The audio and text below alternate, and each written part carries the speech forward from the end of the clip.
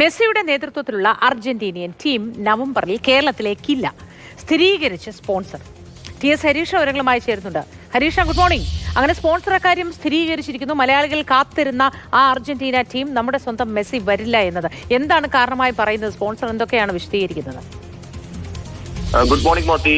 ആരാധകരെ സംബന്ധിച്ച് വലിയ നിരാശ നൽകുന്ന വാർത്തയാണ്. പക്ഷേ ഇപ്പോൾ സ്പോൺസർ തന്നെ ലയണൽ മെസ്സിയെ കേരളത്തിലേക്ക് എത്തിക്കുമെന്ന് പറഞ്ഞ സ്പോൺസർ തന്നെ അത് സ്ഥിരീകരിച്ചിരിക്കുകയാണ്.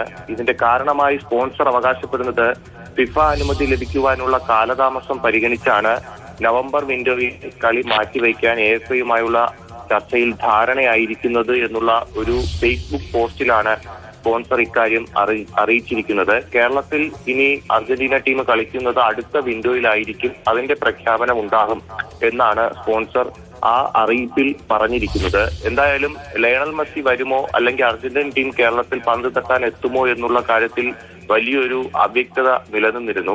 കഴിഞ്ഞ ആഴ്ച പോലും മാതൃഭൂമി ന്യൂസ് ഇതുമായി ബന്ധപ്പെട്ടുള്ള വാർത്തകൾ നൽകുകയും ചെയ്യുന്നു. പക്ഷെ അപ്പോഴൊക്കെയും മാധ്യമങ്ങളെ പരിചാരിക്കുകയായിരുന്നു സ്പോൺസർ ചെയ്തിരുന്നത്. കാരണം ഇതുവരെ അർജന്റീന ടീം കേരളത്തിലേക്ക് എത്തില്ല എന്നുള്ള ഒരു അറിയിപ്പ് ഇതുവരെ ലഭിച്ചിട്ടില്ല.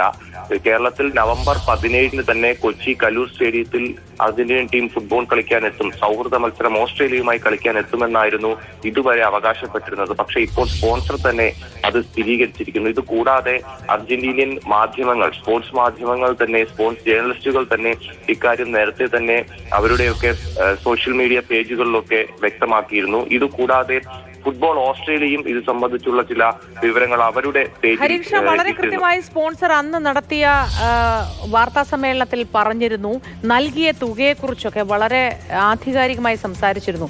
അങ്ങനെ വലിയ തുകയൊക്കെ കൈപ്പറ്റിയ ശേഷം ഇത്തരത്തിൽ വരാതിരിക്കുമോ അർജന്റീനയെ പോലെ അങ്ങനെ ഒരു വലിയ ഫുട്ബോൾ ടീം മെസ്സി?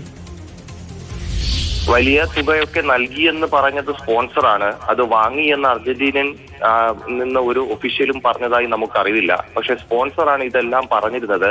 ഇത്ര തുക നൽകി, ഇത്ര ഇന്ന തീയതിയിൽ വരും, ഈ ടീം വരും എന്നൊക്കെ പറഞ്ഞിരുന്നതൊക്കെ സ്പോൺസറാണ്. അപ്പോ എന്തെങ്കിലും തരത്തിലുള്ള സാമ്പത്തികമായുള്ള നഷ്ടമോ അങ്ങനെ എന്തെങ്കിലും ഉണ്ടെങ്കിൽ അത് എത്ര എന്നുള്ള കാര്യങ്ങളൊക്കെ വ്യക്തമാക്കേണ്ടതും സ്പോൺസറാണ്.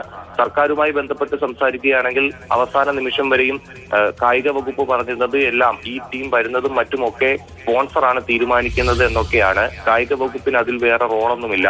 ഇത് നടത്തിക്കൊടുക്കുന്നതിന് വേണ്ടിയുള്ള സംവിധാനങ്ങൾ ഒരുക്കുക മാത്രമാണ് കായിക വകുപ്പ് ചെയ്യുക എന്നുള്ളതായിരുന്നു കായിക മന്ത്രിയുടെയൊക്കെ നിലപാട്. എന്തായാലും സ്പോൺസർ ഇതുമായി ബന്ധപ്പെട്ട് കൂടുതൽ കാര്യങ്ങൾ, അതായത് വരില്ല എന്നുള്ള കാര്യം ഉറപ്പായി. അത് കേരളത്തിലെ ആരാധകർക്ക് നിരാശയാണ്.